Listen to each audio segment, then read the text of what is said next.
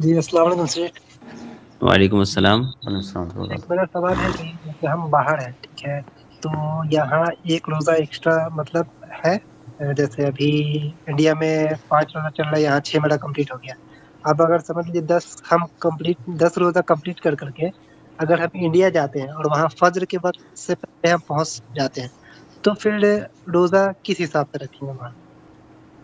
भाई जी शेख। मतलब महीने के आखिर में क्या करेंगे, या जिस दिन आप पहुंचेंगे उस दिन की जिस बात दिन हम पूछ वहाँ रहे पहुंचे, हैं? जैसे हम 11 मतलब ये यहाँ मेरा 10 कंप्लीट हो जाएगा, तो हम आपका वहां वहाँ 10 कंप्लीट हो गया, ठीक है। हाँ।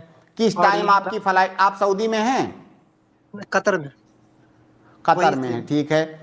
आप तो किस टाइम वहां से फ्लाइट आपकी चलेगी, जैसे मिसाल के या, तौर पर? यहाँ जैसे हम रात में फ्लाइट निकलेंगे तो वहाँ सुबह फजर से पहले हम पहुंच जाएंगे। इंडिया फजर से पहले फजर से, लगभग 3 बजे। फजर तीन से बजे पहले इंडिया आप में यहां लैंड हो पहुंच जाएंगे। जाएंगे। तो जी हाँ, जब आप 3 बजे 3 बजे। लैंड हो जाएंगे तो फिर इंडिया के हिसाब से आप सेहरी कीजिएगा और उसी हिसाब से अगले दिन रोजा रखिएगा। तो फिर जैसे 9 मतलब समझ लीजिए अगर इंडिया में 9 होगा तो मेरा 9 वो रोजा काउंट होगा, वो 9 की नियत होगी मेरी। आप जब, ये तो लास्ट महीने के आखिर में जाके ये सवाल खड़ा होगा ना, अभी इस सवाल को मत खड़ा कीजिए। जब महीना अच्छा। खत्म होगा तब ये सवाल आएगा कि आपका कितना रोजा हुआ।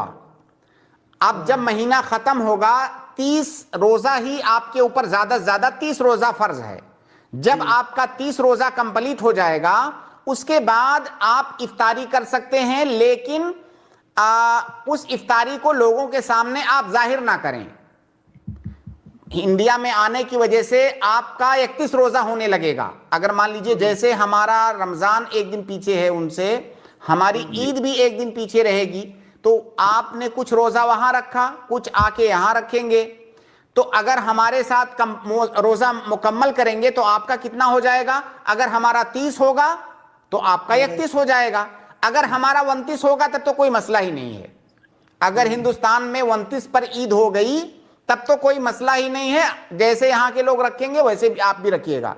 लेकिन अगर मान लीजिए हिंदुस्तान में 30 का महीना हुआ तो आपका 31 रोजा होने लगेगा। तो आप जो 31वां दिन होगा, उस 31वें दिन को आप रोजा मत रखिए। आप लोगों के सामने भी मत खाइए पीजिए, उससे फितना होगा। लेकिन उस दिन आप रोजा तोड़ दीजिए, आप, क्योंकि महीना 30 से ज्यादा का नहीं होता है। वो बाज उलमा ने हालांकि यहां पर भी कहा है कि अस्सौमु यौम तसूमून वल फित्रो यौम तुफ्तिरून, यानी लोगों के साथ ही करेंगे। लेकिन आप उस दिन आखिरी दिन यानी 31वें को आप रोजा तोड़ सकते हैं।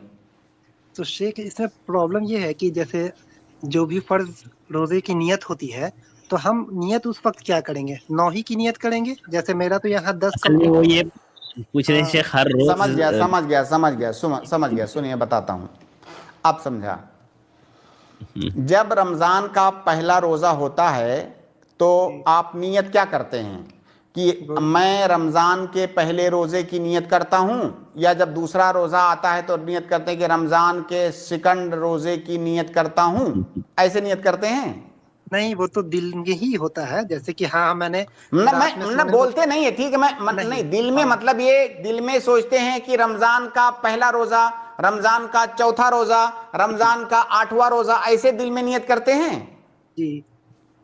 नहीं, ऐसे नहीं होता भाई मेरे। आप बस रोजे की नियत करते हैं। वो पहला रोजा है कि 8वां है, 9वां है, ये मैटर नहीं करता है। आप बस रोजे की नियत करते हैं। तो वो गिनती आप दिमाग से निकाल दीजिए कि वो कौन सा रोजा है। रमजान का रोजा है बस,